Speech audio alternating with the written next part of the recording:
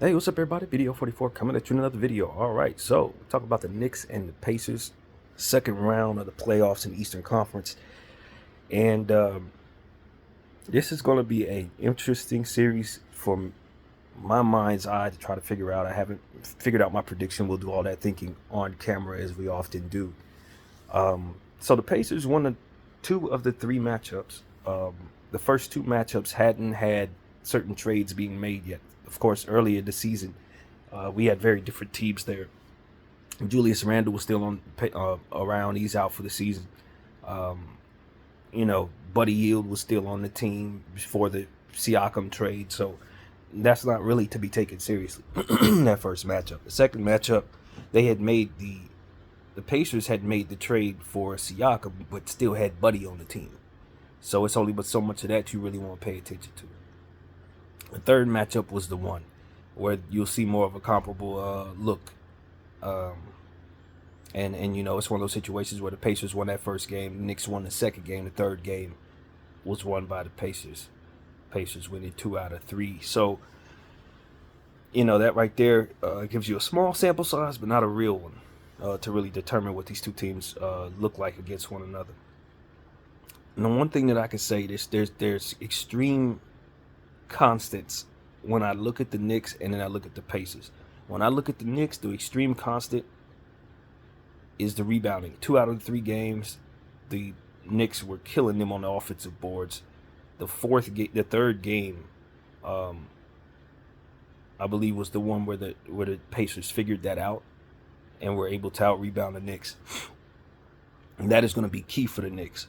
They must continue killing the glass the way they did against the Sixers. They were offensive glass cleaners to the max, and that must remain. They cannot, not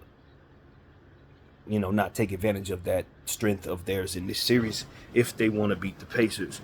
And the Pacers, on the other hand, must score more than 112 points. The Knicks have been losing games where the scoring determines the factor. Or the outcome, rather. Against the Sixers, when the Sixers scored a lot, the Knicks lost. When the Knicks could keep the score low, they won. Same with the Pacers. When the score is up in the 120s, the Knicks can't win. When the score is down in the 98s and the 106s, that's when the Knicks have the best shot. So that's really what it is. The thing about it is, if you can control the possessions, if you're the Knicks, and control offensive glass, the Pacers don't really play any defense. So you could probably score your maximum against them, and if you get control possessions and play defense against them, you can kind of control the score. Problem is, they're one of the best offenses in the league, the Pacers are. So when you're considering trying to play defense, you may not be as successful as you need to be if everybody's clicking at the same time. Now, the Knicks have a strong defensive presence. You got guys like Josh Hart, Hartenstein, killing glass. Of course, Brunson could score with the best of them. If he has to go all the way up to 50 points, it won't be impossible at all. He should be able to score against this very, very easy, breezy defense that the Pacers play. The Pacers defense is one of the worst out there. That's the truth. However, their offense is arguably the best out there. So it's one of those situations where if you can defend and control the glass, you should probably beat the Pacers. If you let them go off and are trying to match them bucket for bucket, you're not going to score enough if you're the Knicks. You just don't have the personnel to score with them. So that's the first thing that needs to be understood. Those are constants. Now, when I look at the matchups, I'm going to be honest with you. The Pacers just have a deeper and more talented basketball team than the Knicks. That's not even up for debate. Halliburton, Nembhard, T.J. McConnell. It's a lot of guards that are going to be thrown at the Knicks. Now, the Knicks have the guards to throw back. So that's where you're going to find a little more comparable energy when you're talking about, Brunson, Josh Hart, DiVincenzo. That's a real nice balance there between the two teams. That's where you're going to see both teams be able to strong arm one another. It starts going the Pacer way when you start looking at the forwards and centers. Now, I like, Robinson is healthy right now, so that's good. But, of course, Juju's out. So that's going to hurt the Knicks a lot. Obviously we're mentioning Hartenstein, how much he's been killing glass and getting assists. He's been playing way above what the level you would expect from him, and I expect that to continue against Miles Turner, Obi Toppin, who we know played for the Knicks. It's the Toppin Bowl, so both of those Toppins on each side. Of course, the Knicks don't play his brother, but Toppin is going to be having a vested interest in a very high way to want to beat this Knicks team that traded him away for 2 second-round picks. And he's been a fantastic role guy for the Pacers and a source of a lot of points. I expect for him to have a 25, 30-point game somewhere off the bench in this series. A guy like Isaiah Jackson, also, she needs to be accounted for. Of course, Siakam's going to have his way in this series. I don't really see anybody on the Knicks who could really stop Siakam, which is really dangerous in this series. Sticks, as we often talk about, he's also on that bench. So you just see the forward position being stronger on the Pacers. They have the forwards. They got the height. But do they have the energy? And when you start subbing out fresh legs, is that going to have the advantage it needs to have? Because the conditioning of the New York Knicks, playing most of their starters 50 games a minute if it goes to overtime, tends to keep those players in rhythm. And if you sitting down guys and subbing, traditionally, if you're the Pacers, you may have more foul trouble and injury backup, I guess you can say, or cushions. But those guys over there in New York, they're so used to being on the floor at all times. They're so used to forcing themselves to stay out of foul trouble because they got to stay on the floor, that I just think they're going to be a bit more. I think they're going to be a bit more balanced together than what you would expect from the Pacers constantly subbing guys in and out. In the past, I would have said that, in theory, you would feel better about the Pacers front court because they have so many bodies. And that theory should still stand in certain cases. But after what I just saw from the New York Knicks against the Sixers, if they don't wear out, and it seems like they're not because they're used to playing that many minutes, then they should be more disciplined, I guess is what you could say, since it's only going to be them out there. You're going to see a lot of Hartenstein and Robinson and those guys. They're going to be on the floor constantly. So I just wonder if what side of the coin that leans on. Is it better to have more of them, like Toppin and Sticks and Isaiah and Siakam and Turner? They're constantly throwing different bodies at those few guys that Thibodeau's going to play. I'm just not sure how to look at that, but I lean toward, after watching the Knicks, thinking that their conditioning is just and their discipline allows for them to probably play more consistent ball. But we'll see. We'll see how that goes. It's a weird matchup in a sense that the Knicks always play above and beyond what you would expect from their role players. Josh Hart, DiVincenzo, McBride, they always play better than you expect. And then from possession to possession to possession, they just take possession seriously. They have real quality, superstardom down there with Jalen Brunson, who could close out possessions at will. Really do whatever he wants. He's practically unguardable. But see, the problem that I think the Knicks are going to run into with this series is, although Tyrese Maxey is really, really good and he stepped into his own, he wasn't quite as efficient as Brunson was. He could offset him in certain games, but not enough games to win the series. I see a much greater threat in the Pacers guard tandem than what I saw with the Sixers. Much greater threat. When you start talking about T.J. McConnell and the various different things that he does off the bench, getting guys involved, hitting shots, doing things defensively, being disruptive, catching inbound steals and stuff like that, he's a dangerous player to throw at the Knicks. You know what I mean? It's going to be a composure game for a guy like Josh Hart. He got to keep his composure in the series because they're going to have pests everywhere and agitators. Guys like Nimhard.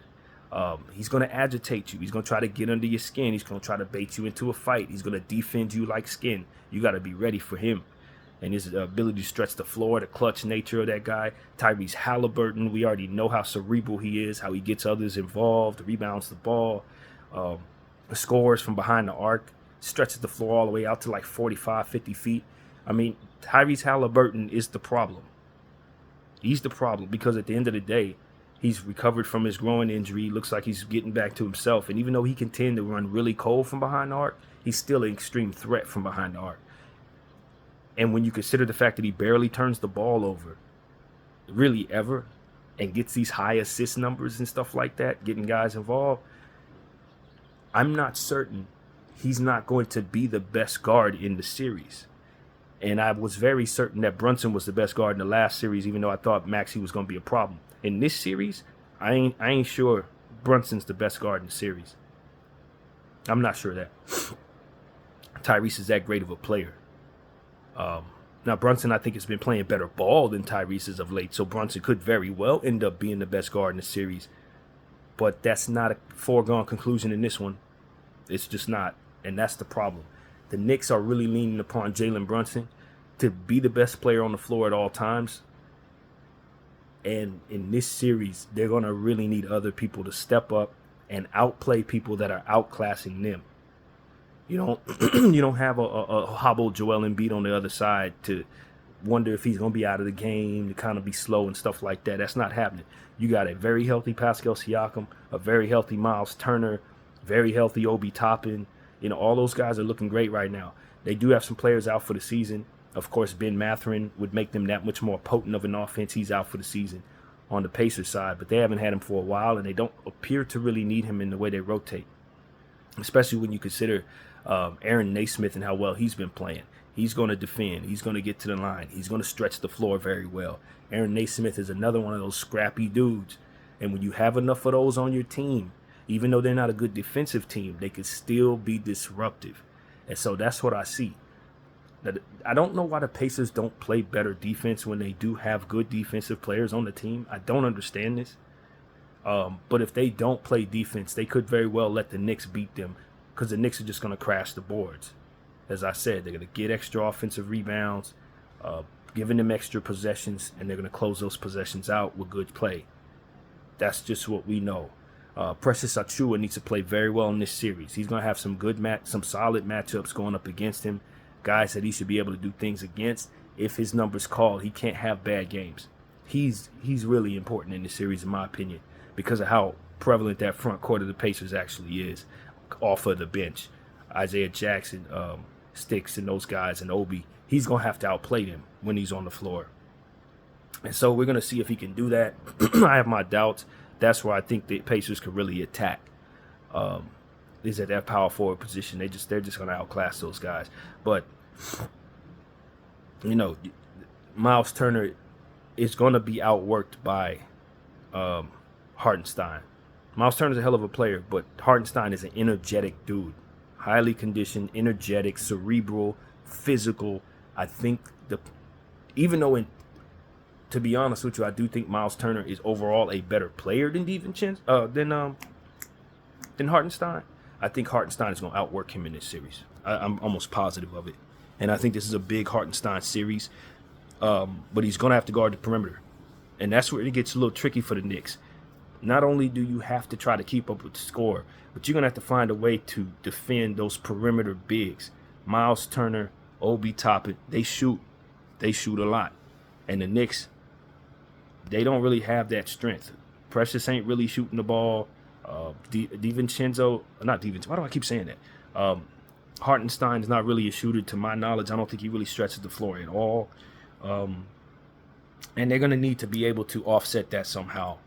And most importantly, defend it. So the matchups are going to be really tricky for the Pacers and for the Knicks, in my opinion. OG Anunoby versus his old NBA champion mate, Pascal Siakam, could be a really interesting matchup. This is a huge OG Anunoby series. He's gonna probably be matched up with Naismith, so I think he has the edge there. And if he can have 30-point games, get like 4 and 5 steals, and really push the line on the defensive side, I think it could kind of help the Knicks have enough defense to keep the scores low enough to possibly win the games necessary in this series. So it's going to be important for OG Anunoby to stay healthy and to win his matchup against the wave of small forwards that they're going to be throwing at him. So that's really important. The Naismiths, the Nembhards, whoever's going to be on him, it's ever so important that OG Anunoby be a star in this series and probably be the second best player on the Knicks for this series. When I keep mentioning DiVincenzo, he's also extremely important. I don't know where he's going to slot in this series. I'm not sure how they want to use him. Maybe they put Josh Hart at the 3 a little bit to try to match up with OG and put DiVincenzo at the 2. I'm not really sure. But DiVincenzo's been so good at stretching the floor, hitting big shots, being scrappy as well. His defense is going to be very important in this series against the Nembhards or whoever he has to guard. Halliburton is a big guard, tall guard. Not really low center of gravity, strong, but tall. So I think that he's gonna rebound the ball a lot, and if he can crash the glass a little more than he normally does, I think it'll go a long way in helping the Pacers get the boards necessary in to take care of this series. So I'm not really sure how that sets up. I don't watch enough of the Pacers to really know, but I would tell Halliburton and the Pacer guards to crash the glass, because if you don't, that's where the Knicks are gonna beat you from night to night to night. That's just what it is.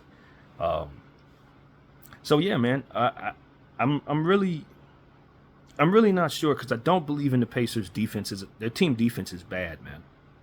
And we're talking about possession to possession to possession. If you can't control the glass against the Knicks, and you're not playing any defense against the Knicks, you can count on the Knicks playing some defense against you, controlling those boards, and then Brunson's closing you out. That's what you can count on. And they got enough shooters with the Knicks, and OG Anunoby particularly, and DiVincenzo to kind of offset that. But they're going to need those guys to score over 20 points almost every night. In my humble opinion, they're going to need real scoring out of DiVincenzo, OG Anunoby, and of course Jalen Brunson. If all 3 of those people can score very, very high levels, defend at very, very high levels against a very good offense that's coming at them, then I think the Knicks have a shot. But that is really where my mind's eye tells me this series is not leaning toward the Knicks. Because when I look at the Pascal Siakam piece, I'm like, he's going to run rampant. How are they going to stop him, man? And the way the Knicks like to play ball is they try to stay out of foul trouble. Keep everybody, all their starters on the floor for for 4 quarters or for 48 minutes. That's going to be hard to do when you got Pascal Siakam constantly driving at the paint, getting to the line on your forwards, off of their fouls, and on your centers and off of their fouls. I think that's going to be a problem for the Knicks. If he's going off getting 25, 30, 40 points, if Siakam shows up in that way, this is going to be a bad series for the Knicks. And I know a lot of people looking at the Knicks and saying, yo, the Knicks is just the best team, this, that, and the third. But this is a tricky matchup, man. It's a tricky matchup because the Pacers do have a deeper team that they use a little more. They can withstand injury a bit more than the Knicks can at this point. They do have those stretch the floor forwards that are going to constantly be pulling those Knicks out of the paint. And I just look at the TJ McConnells and the Nembhards as extremely disruptive for guys like DiVincenzo and Hart. And you really need DiVincenzo and Hart to flex on them to have any type of edge against clearly that Pascal Siakam piece that's really just roaming around doing whatever he wants. I just think this is the series where they really miss Julius Randle's production offensively, specifically. You need Juju or somebody out there who also can go for another 40 points. Because in that little small rotation of players that the Knicks use, they can only go up so far offensively. And this is the team where you're going to need to be able to match them some nights offensively. You can't count on the score being 98, 99. You can't count on the score being 106, 102. They're going to score upwards of 130, 140 points some nights. And even if you play your best defense, you may be able to pull them down to 120, but you can't score up with that. The Knicks can't. So they got to control the glass. The Knicks must defend. You got to be the better defensive team out there. And you got to be efficient shooting the ball. Which, to be honest, I'm not too worried about with the Knicks because they really do have efficient shooters. But off nights go equal lost nights. And I look at the Tyrese Halliburton piece and I just say he's really going to offset a lot of what Brunson does from night to night to night in his own way. He ain't going to score like Brunson, but all them 18 assists, 3 turnover games, that's going to be a real problem going up against the Knicks. For the Knicks going up against the Pacers, that's going to be a problem. They can't have him being as efficient and as cerebral as he often is, getting all these super assist nights off and not turning the ball over. They're going to need to force Tyrese Halliburton into being a fouler and turning the ball over if they want to win this series. They have to. Josh Hart, that means you driving at him, putting in positions to have to do that. I'm looking at Josh Hart for that. And DiVincenzo, they have to be aggressive, man. OG Anunoby, I do a lot of driving in this series. I got to get those Pacers in foul trouble. If you're the Knicks, you want some of those key Pacers off the floor. I just wish I knew how to look at that power forward situation. The Pacers got more power forwards, more centers to throw at the Knicks. I don't know that is an advantage versus the rhythm and what the Knicks are used to that allows for them to stay on the floor. I just don't know how to look at that. But I can tell you this. If a Precious Achiuwa rolls an ankle or something like that, the Knicks are probably in real trouble, man. If a Hartenstein rolls an ankle, there's no chance. And I think the Pacers, on the other hand, could probably withstand a little of that. They could probably withstand a little of that. So that's it, man. I don't feel great for the Knicks in this series, man. They have a lot of history with the Pacers, as we know. Reggie Miller and all those days, it was a lot going on with the Knicks and the Pacers throughout the course of my childhood. Saw a lot of that. And it's going to be jumping. This is going to be a very spirited series. The Knicks do have home court advantage. I think that could be very, very helpful in this series. I think that could be extremely helpful in this series because I don't think they have the talent edge in this one. But because the Pacers are so bad defensively, I think the Knicks got a real chance to overcome a better talented team. Because at the end of the day, from possession to possession, the Pacers ain't going to defend. Pacers defense is sometimes embarrassing. And they gave up 2 games to the Milwaukee Bucks. When Milwaukee didn't have Dame on one of those games, Giannis in any of those games, that was concerning to me. That was a fully healthy Pacer team. Well, basically fully healthy. We know who's missing, but that's the team that they were expecting to roll out in the playoffs. And they were giving up big games to Patrick Beverley and Bobby Portis. That angle tells me that they are vulnerable to a Knicks team that, even though it doesn't have advantages in certain areas, the Pacers may just play down to their level and let them in. And the way the Pacers defend from possession to possession, Brunson's going to have a field day. There's no question Brunson's going to have a field day. And I just trust the Knicks as a unit more than I trust the Pacers as a unit overall. The Knicks are a more disciplined team on both sides of the floor. The Knicks are a better rebounding team. However, the Pacers are a much better offensive team, a much deeper basketball team, and can withstand more injury and foul trouble. So they balance each other out. They really do. And I think it could go the distance, man. I think this series is probably going to go 6 or 7. I don't think this is going to be a short series by any stretch of the imagination. I just don't see a real advantage on either side that you could really hang your hat on for either team. I see severe weaknesses with the Pacers that balance that out, that allow the Knicks in. And that's really what I'm looking at in my head. But it's going to be scrappy, man. It's going to be a 50-50 ball type of series. It's going to be a rebounding series. It's going to be a Jalen Brunson versus Tyrese Halliburton type of series. But I tell you who scares me. The X factor that really scares me if I'm the Knicks is TJ McConnell, man. TJ McConnell in this series is the headache for the Knicks. I don't think games are going to go very smoothly for the Knicks when he comes in the game. He's going to make things messed up. If the Knicks are up by 15, it's going to cut to 7, that type of thing, cut to 6.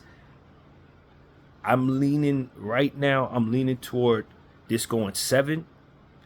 And I really think that the Pacers could potentially win that 7th game in New York just because of how disruptive a Nimhard and TJ can be, how open Siakam's going to be. But that Knicks crowd could make it so that the imposing energy that's in the room could propel Jalen Brunson, the best closer in this series, to victory. And I really don't know how to lean on this. I really don't know which way to lean. This is like neck and neck. Neck and neck, man. The Knicks have done such a fantastic job of getting the most out of everybody they use, of playing as a unit that just swallows up teams. They beat the reigning defending champ MVP Joel Embiid, and withstood Tyrese Maxey's huge performance. And that was a very scrappy Philadelphia team. Very scrappy. They couldn't do nothing with him. Joel played in all the games, if I'm not mistaken. They still beat him in 6. That's just more than what you would expect from the Knicks on paper. On paper, the Knicks do not look overly talented. On the basketball floor, they play like a hive mind. And when you look at what the Pacers have been doing, the way that they lost that particular game with Bobby Portis and and the role players of the Bucks leading the way, it took away some of my belief in this Pacer team. I look at them and I see them on paper as a team that can really do it, but I know how easily they bend with good defense and good rebounding against them. I know how easily they can, not the word fold, but just kind of just bend backwards and collapse. I've watched the Pacers collapse in games that they shouldn't have. I'm going to trust the Knicks are going to find a way to win this series. I'm going to go Knicks in 7. I am, because I just have more faith in their unit. The Pacers are more deep. The Pacers have extreme strengths, especially OG Anunoby. If he's playing like a superstar, all bets out the window. Probably Pacers in 6 if OG's going crazy. If Pascal is going crazy. Excuse me, the power forward of the Pacers. If he's going crazy with nobody but Precious Achiuwa to really guard him effectively, this series is going to end in 6 with the Pacers winning. But if the Knicks control the glass, if Brunson can be that Brunson dude that I know he is, and they can just kind of keep the score low somehow, bring the Pacers below their scoring averages, which if you control the boards, in theory, is giving yourself more possessions, you should be able to do that, for which I think the Knicks have an advantage in doing. So it's going to take great rebounding, extreme defense from the Knicks, which I know they can play, and then Jalen Brunson being who we all know who he is, which I very much expect he will be. And for the Pacers, it's going to take, of course, you controlling the boards, big games from your forwards, trying your very best to get the Knicks in foul trouble so that they can expose some of that bench that they never want to use. But I don't even know that their coach even reacts to foul trouble. You play somebody with 5 fouls in the third quarter and just run them out there.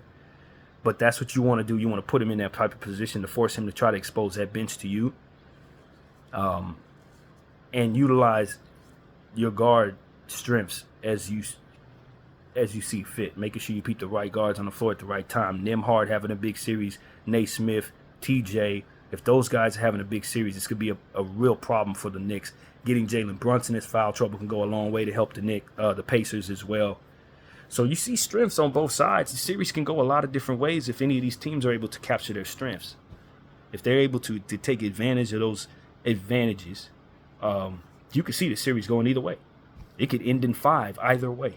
That's the reality of it. It's a close series. And the question is, which team can impose its advantages in this series over the other team from night to night to night? Is it going to be the Pacers' extreme ability to score the ball, or is it going to be the Knicks' ability to rebound the ball? And I'm going to choose the Knicks' ability to rebound the ball, even though there are more players on the Pacers that you likely will see with the ability to impose that advantage, is if that makes any sense. It's more on the Pacers side that can impose its will on the Knicks. But I just think there's something to be said for hive mind and conditioning, and being used to being relied upon to stay out of foul trouble. And the Knicks are used to being relied upon to stay out of foul trouble. And because of it, they usually find a way to stay on the floor for 50 minutes at a time, only using like 6 people. I think that could work in this favor of the Knicks in this particular series against a team that really doesn't like to play defense as a unit, that really will give up 150 points to a Laker team. You know, that kind of thing. So I'm going to go Knicks in 7, but I could very easily see this series going all these different types of ways. But I'll land on Knicks in 7 because I just trust at the end of these games, home court is going to matter for the Knicks. And Jalen Brunson from possession to possession is just going to squeeze past, just inch past the Pacers, in my opinion. His greatness is going to elevate and just push them a little further past what's coming at them. That's what I think is probably going to happen. But this series is going to be a barn burner, man. Make no mistake about it. Home court is so important for the Knicks. They better be glad they have it, because if this series started in Indy, I would probably think the Pacers are going to win this series. The X factor for me on the Knicks side of the game is OG Anunoby. If he could stay healthy, if he can be his best self. If for some reason he goes down, this thing's going with the Pacers in my mind. They can't withstand that two-way player not being on the floor. The Knicks need OG Anunoby on the floor. Period. And on the Pacers side, it's Pascal Siakam. It's about those ex-Toronto Raptors. They have to outplay one another. The ex-Toronto Raptors have to outplay one another. They have to lead their team, because they're the two that on each side that have NBA championship experience. Because I don't think anybody else on either team has that. Anybody on either team. I trust the continuity of the Villanova Knicks, man. That continuity, that togetherness, that know one another, that's what I trust most in a series like this. So, Knicks in 7. I'm rolling with that, and we'll see how this plays out. I appreciate everybody watching BDF 44. I thank you all for watching. I'm out.